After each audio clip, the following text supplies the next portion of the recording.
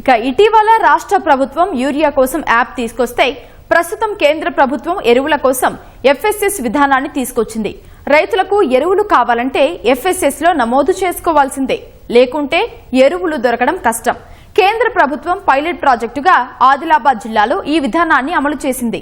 దీంతో ఎరువుల కోసం రైతులు తీవ్ర ఇబ్బందులు ఎదుర్కొంటున్నారు. అసలు ఎఫ్ఎస్ఎస్ అంటే ఏంటి?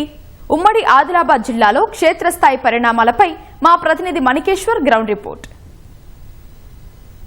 కేంద్ర ప్రభుత్వం ఇటీవల ఎరువుల విక్రయాల కోసం నూతనంగా తీసుకొచ్చిన ఎఫ్ఎఫ్ఎస్ అంటే frame work for fertiliser sales విధానం రైతులను గందరగోళానికి గురిచేస్తుంది. ఇదివరకు రాష్ట్ర ప్రభుత్వం యూరియా యాప్ తీసుకొచ్చింది. అంటే యాప్లో యూరియా కోసం నమోదు చేసుకుంటే తప్ప బస్తా తీసుకునే వీలు ఉండేది కాదు.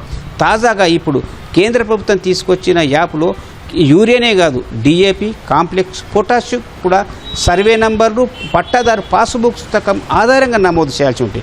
లేనట్లయితే యూరియా బస్తానే కాదు, కాంప్లెక్స్ బస్తా కూడా పొందడానికి ఆస్కారం లేదు. ఇప్పటికే డిఏపి వాడకం సమయం గడిచిపోయింది. తాజాగా యూరియాతో పాటు కాంప్లెక్స్, పొటాష్ వాడకం పెరిగింది. అంటే కేంద్ర ప్రభుత్వము సదుద్దేశంతోనే ఈ యాప్ తీసుకొని ఉండొచ్చు, కానీ దానికి అనుగుణంగా ఎరువులకు కూడా మండలాల వారీగా ఎక్కడికక్కడ డిస్ట్రిబ్యూట్ చేసి అందుబాటులో ఉంచితే లాభం చేకూరుది. కానీ ఆ ప్రయత్నం ఎక్కడ కనిపించలేదు. ఉమ్మడి ఆదిలాబాద్ జిల్లాలో ఏ ప్రాంతంలో ఏ రకమైన ఎరువు ఉందనేది వెల్లడయ్యే అవకాశం ఉంది.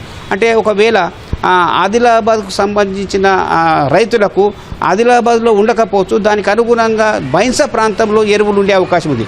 అప్పుడు ఆదిలాబాద్ నుంచి బైన్సాకు వెళ్ళి ఎరువులు తీసుకొని రావాల్సిన ఆస్కారం ఏర్పడుతుంది. దీనికి తాజా ఉదాహరణనే ఆదిలాబాద్ జిల్లాలోని భీంపూర్కు చెందిన రైతులు 95 కిలోమీటర్ల దూరంలో ఉన్న ఉట్నూరుకి వెళ్ళి పొటాష్ ఎరువులు తీసుకొని రావాల్సి వచ్చింది. అంటే ఎరువుల చెల్లించిన డబ్బులతో పాటు ఒక్కొక్క బస్తాపై అక్కడ డీలర్ 100 రూపాయలు అధికంగా తీసుకున్నాడు. మొత్తం డబ్బులను పక్కన పెడితే దాదాపు 47,000 రూపాయలు రైతు అదనంగా చెల్లించాల్సి పట్టింది. అదే కనుక భీంపూర్ రైతుకు భీంపూర్లోనే ఎరువులు లభించి ఉంటే ఆర్థిక భారం తప్పేది, రవాణా భారం తగ్గేది. కానీ అలా జరగలేదు.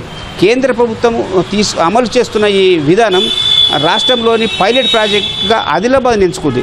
దానికి అనుగుణంగా ఉమ్మడి ఆదిలాబాద్ జిల్లా 66 మండలాలతో విస్తరింది.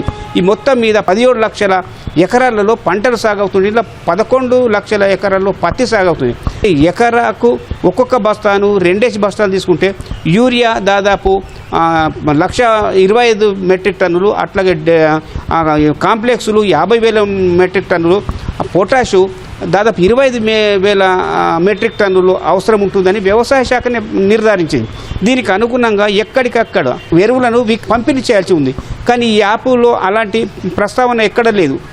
ఒకవేళ కేంద్ర ప్రభుత్వం ఈ యాప్ని ప్రవేశపెట్టే ముందు మండలాల వారీగా స్టాకును విభజించి ఆ మండలానికి సంబంధించిన ఎరువులను ఆ మండల రైతుకే అమ్మేలా విధి విధానపరమైన నిర్ణయం తీసుకొని ఉంటే ఏ ఇబ్బంది తలెత్తేది కాదు. కానీ అలా జరగలేదు.